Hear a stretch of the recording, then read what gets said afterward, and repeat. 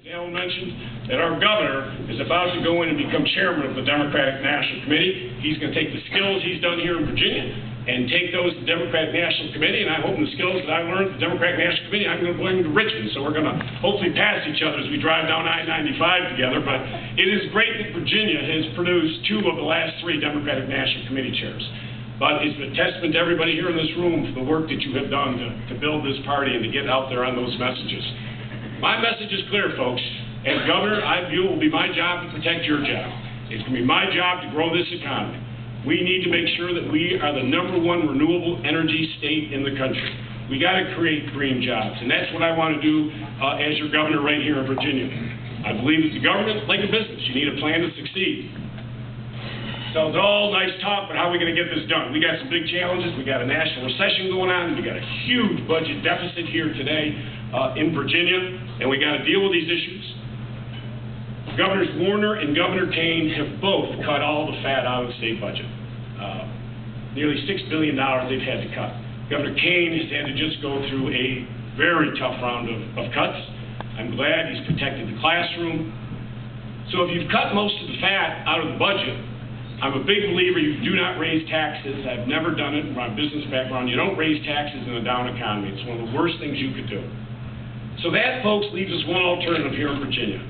We got to grow the economy. And the only way to do that is create jobs.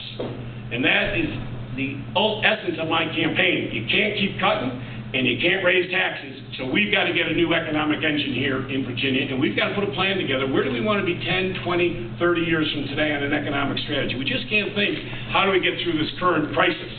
And this is something, as I say, I've done my whole life. Unfortunately, too many people today in the legislature, they only think about the next month or maybe even the next year. And sadly, sometimes only the next election.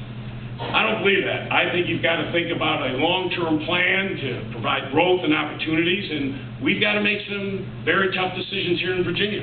How do we want to lead our lives? How do we want Virginia to be? How do we want our children to live their lives in Virginia? When you think about those issues, you think about it a little bit differently, and you've got to get to work and think out of the box a little bit.